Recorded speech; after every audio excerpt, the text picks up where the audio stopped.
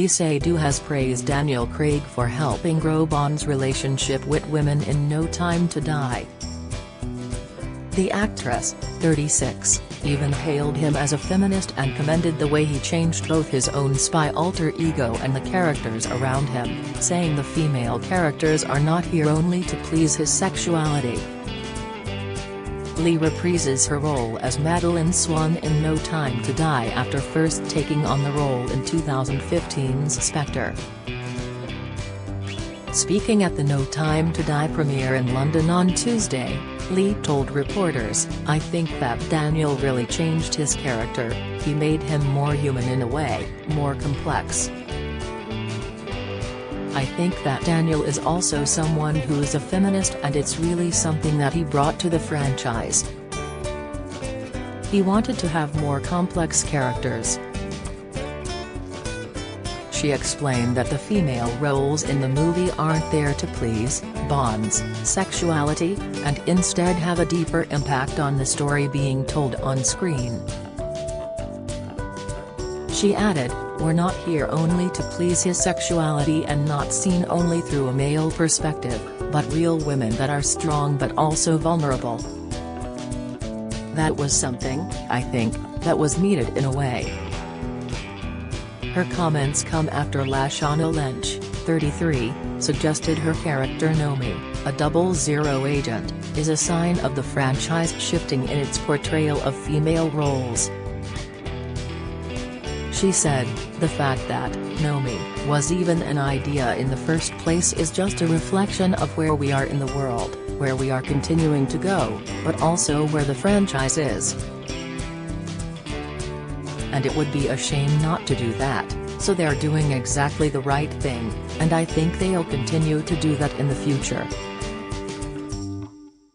Elsewhere, Fleabag creator Phoebe Waller-Bridge was brought in as a scriptwriter to ensure the blockbuster was appropriate for the #MeToo era, with the flick billed as the most politically correct and woke James Bond movie yet, with outdated sexism banned. While No Time to Die sees the typical explosive Bond drama beloved of the franchise, 007's previous history of adding notches to his bedpost is very much an afterthought, with the agent seen building a friendly rapport with his female colleagues, rather than trying to seduce them. In one scene, Bond asks Paloma, a Cuban agent played by Ana de Armas, to turn around as he changes, before shaking hands with her in a scene of mutual respect and understanding following a dramatic fight scene. On Tuesday evening, Lea certainly turned the heads of onlookers as she made a show-stopping arrival at the No Time to Die premiere in London. She looked incredible as she showcased her ample assets in a busty pink sequin maxi dress. She had gelled her light brown locks into a sleek side parting and painted her pout an eye-popping raspberry red. Ahead of the red carpet event, fans gathered at the Royal Albert Hall to catch a glimpse of James Bond's Aston Martin as it made its way to the red carpet. Crew members brought the luxury vehicle to the venue in a truck where it was rolled out hours before the star-studded event began. The car had bullet holes in the glass and scratches across the sides following Bond's adventures. It has been a long road to the premiere after the film's release was delayed several times due to the coronavirus pandemic. The film, directed by Cary Joji Fukunaga, was originally scheduled for release in April 2020, but was pushed back to November before the release was changed once again to April 2021 in light of the coronavirus pandemic. The release date was finally settled for September 30 in the UK, followed by October 8 in the US. Ahead of the release, Daniel and some of his fellow star cast members joined the Chris Evans breakfast show with Sky to talk about the movie.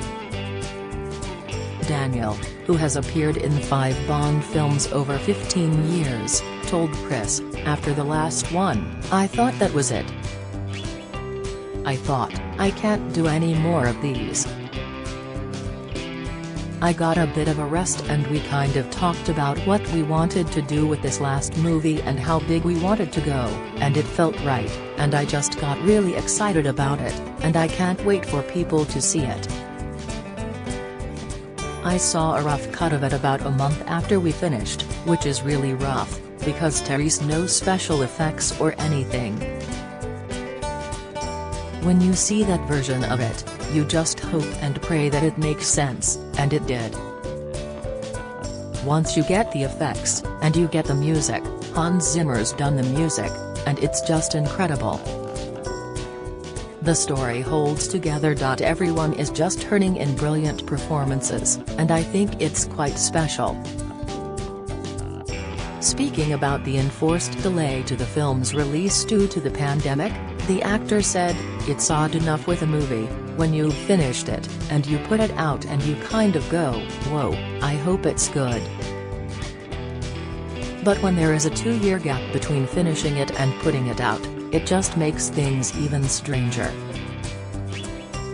On where he was when he first found out he had got the role of Bond, "I was in Baltimore doing a movie. And I was in Whole Foods, doing my weekly shop, wandering around with a trolley with food in it, and, producer, Barbara Broccoli was on the phone, and she just went, 'Over to you kiddo.' So I got my trolley and I pushed it quietly down an aisle, walked into the booze section and bought a bottle of vodka and a bottle of vermouth, a glass and a shaker, took it home and drank it, and then went out and sat in a bar and drank about 3 more vodka martinis." It's really sad, actually, when you think about it. But, I must have had a sort of look on my face, because the barman kept asking me what was going on, and I said, "I can't tell you." Daniel recently addressed the outdated James Bond plotlines of past films in the franchise, such as the idea of glamorous disposable so-called Bond girls. Speaking to Lorraine Kelly, he said of the spy series, which sees latest movie No Time to Die released this week, that you've got to adapt with the times. Certainly a lot of what went on in the earlier movies is sort of questionable now. Different times, but we didn't want to lose the essence, in the new film. It's still a Bond movie. I've been given free range to put my influence on it, but I've never forgotten that. We can have all key elements and things people have loved over the years, but you adapt.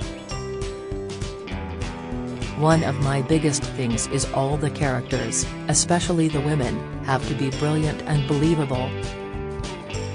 Daniel also told Lorraine about becoming overcome with emotion when he shot his final scene as Bond. "Everybody turned up, all the heads of department came down, and I thought, oh God, I have to make a speech, this is my worst nightmare. It all just came out, I tried to keep it together. All of those people I go to work with every day, particularly on this movie, the collective effort was so huge and meant so much to me that everyone put that hard work in, that's what I'll miss so much." No Time to Die is the 25th film in the franchise, and finds Bond after he has left active service and is enjoying a tranquil life in Jamaica when his old friend Felix Leiter, played by Jeffrey Wright, from the CIA turns up asking for help. Leaving his seemingly happy life with Madeleine, Lea Seydoux, Bond returns to the field to face Safin, Rami Malek, who is armed with a new dangerous technology that could impact the world. Producer Barbara Broccoli has already teased what fans can expect and said that the movie will deliver a satisfying ending for Daniel's Bond. Speaking on the official James Bond podcast, she said, "It's a culmination of everything that his portrayal of the character has been through, and it ties up all the storylines. It's a pretty epic film, I have to say.